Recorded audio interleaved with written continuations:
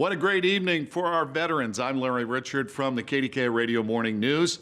Honored to send a message to all of you, our men and women who have served and their families who have sacrificed. And I want to give a special shout out to Bobby. Your taxi's here. It's coming. We appreciate all you do for our community. Thank you so much and enjoy the show. My name is Bob Delucia. I served in 1966 through 1971 in the U.S. Army. I went to basic training in Fort Benning, Georgia. Then I completed the Military Police Academy in Fort Gordon, Georgia. And then I went to Travis Air Force Base at the Nike site for the first year that I was in the military. After that, I got my orders for Southeast Asia and went over to, actually in Thailand, flew into Korat Air Force Base originally. At that time, in 1968, that's when the Tet Offensive was really starting to heat up. And that gave me some concern because I didn't know, I come right into a territory that's in hot fire at the time. So, but luckily for me, I got some orders to go to Bangkok, Thailand, which was an R&R center. The sad part about what was happening at that time over there, especially for military police officers, was the fact that we had two enemies over there, and obviously, you know, the enemy was the enemy, and then we had the enemy, which is some of the veterans who didn't want to go back to where they came from. You really couldn't blame them. I mean, their life expectancy was not good, especially the Marines. So it was challenging to have two different areas that you really had to be careful about. Some of the service members that were in Southeast Asia, and again, you know, there was Thailand, there was Cambodia, there was Laos, as well as Vietnam. All those areas were of a dialect that was somewhat different, but yet still under the same umbrella, if you will. So most of the locals, or the nationals, as we called them, were all friendly people and really didn't have much issues with them at all. Very thankful that we were there. Even the Vietnamese in most cases. One of the interesting stories that I was involved in actually was not very comfortable because I got a call from a unit from a national that that one of our soldiers was acting up and he was tied up with a female at a certain location. So we got to that location, and actually what happens at that time, the Thai police would be with the military police to speak the language more fluently, to get along a lot better, and to calm things down. And when I got to the location, it would happen to be a rice paddy, a hooch out in a rice paddy, and a national came running out, female, and her face was all swollen up. So eventually what happened was the GI punched her. They had an argument. She waited till he fell asleep. She took a butterfly knife and did some things that I don't want to mention right now, but we had to get him back. So I carried him over my shoulder back to the vehicle and put him in there and got him back to the infirmary. My service enabled me to learn some things that I struggled with growing up. My parents died when I was young, so I had to learn things there. And one of the things is to really take care of myself. And obviously, in order to take care of anybody else, you need to be able to take care of yourself. So one of the things I would really like to mention is that my family served in the military. I'm really proud of that. My mother was a WAC. My father was a Marine. Her two brothers, Harry and Regis, Harry was a Marine and Regis was an Army. And my grandfather also served in the Seabees. So we have this picture from 1948 that depicts them all together at the same time. That was 1940. I was 1 year old at that time. I'm really proud of that. So Vet Taxi was started in 2010. It's a business model that's for veterans. It's vehicles that are built in America, powered by American energy, and driven by American heroes. And Vet Taxi has expanded over the last 10 years. And I registered myself for a veteran-owned small business. That business has taken off.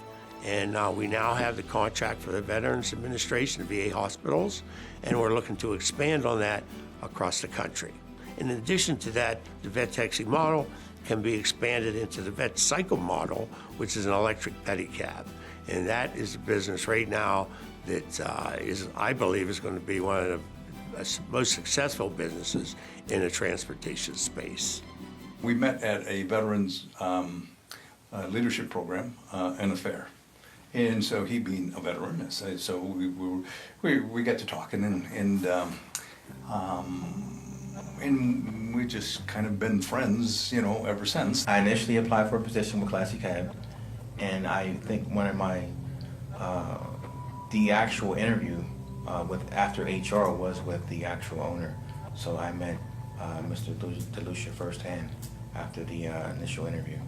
And it was very interesting in what Bob was doing and his passion about what he was doing in trying to help veterans, and that was his whole idea to begin with, and put them in a position where they can be their own boss. There was no taxi cab companies providing accessible transportation. It was just something that drivers didn't want to do. It took time, took more training and more effort, and they didn't make any more money. So I said, well, that's not right. I said, you know, people with disabilities should have the same opportunities as the ones that don't. So I was the first one to buy a London taxi cab and bring it into my limousine fleet. Those cabs out of London were all accessible, and that's where I really got the idea. I have pretty much always been treated like as family. When the holidays come around, I get a card in the mail. And I definitely appreciate that. That lets me know that they're thinking about me continually over the years. We provided services for people with disability. We got rid of the fuel issue and dependence on foreign oil, and we created jobs for veterans. So the Vet Taxi model, bringing that together, is what enabled me and inspired me to continue on in the transportation industry. He represents success, and he wants his drivers and his company to be successful. November 7th, 1966. I got my orders for Southeast Asia and went to Thailand initially. And again, that was during the Tet Offensive.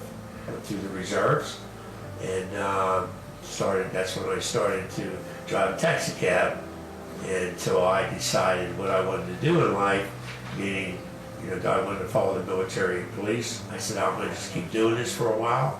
And here it is, 35 years later, and I own a couple hundred vehicles now. To be able to continue to serve outside of his actual service in the military, I think that's to be commended and congratulated, because a lot of times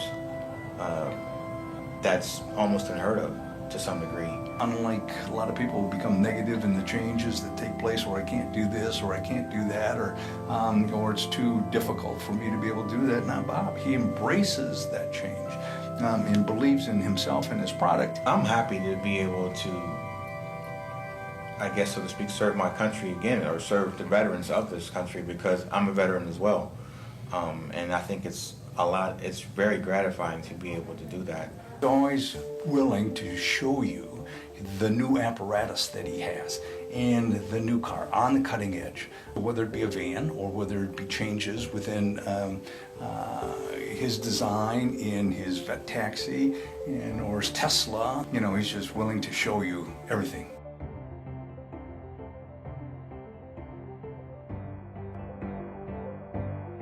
So this car is the future. This is what's going to be happening in the future. And for me, it's a safe mode of transportation, and it also enables us to get away from dependence on foreign oil. In my opinion, I think it's one of the best jobs I've ever had. I like the independence. I like the ability to be able, you know, help the vets. Being in one as well, you know, that's a plus. And every time I usually see those guys, they're usually smiling, or sometimes they're even happy to see me, because they know I'm going to get them where they got to go. Hey Bob, I can't tell you and thank you enough, not only for your friendship, but more importantly, congratulations on getting this community award, because you really deserve it. You put your heart and your soul into what you do in the business and helping other people, and I'm just happy to be able to call you a friend. Congratulations. Congratulations, Mr. Delucia, on being a hometown hero. In my opinion, you've been a hometown hero since you served your country.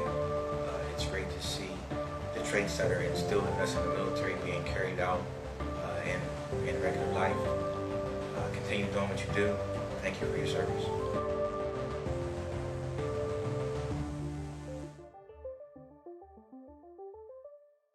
The song most exciting to me was "We Got to Get Out of This Place." I mean, when you're overseas, you think every day, how am I going to get home? When am I going to be home? So those are the things, that's the song that means the most to most veterans.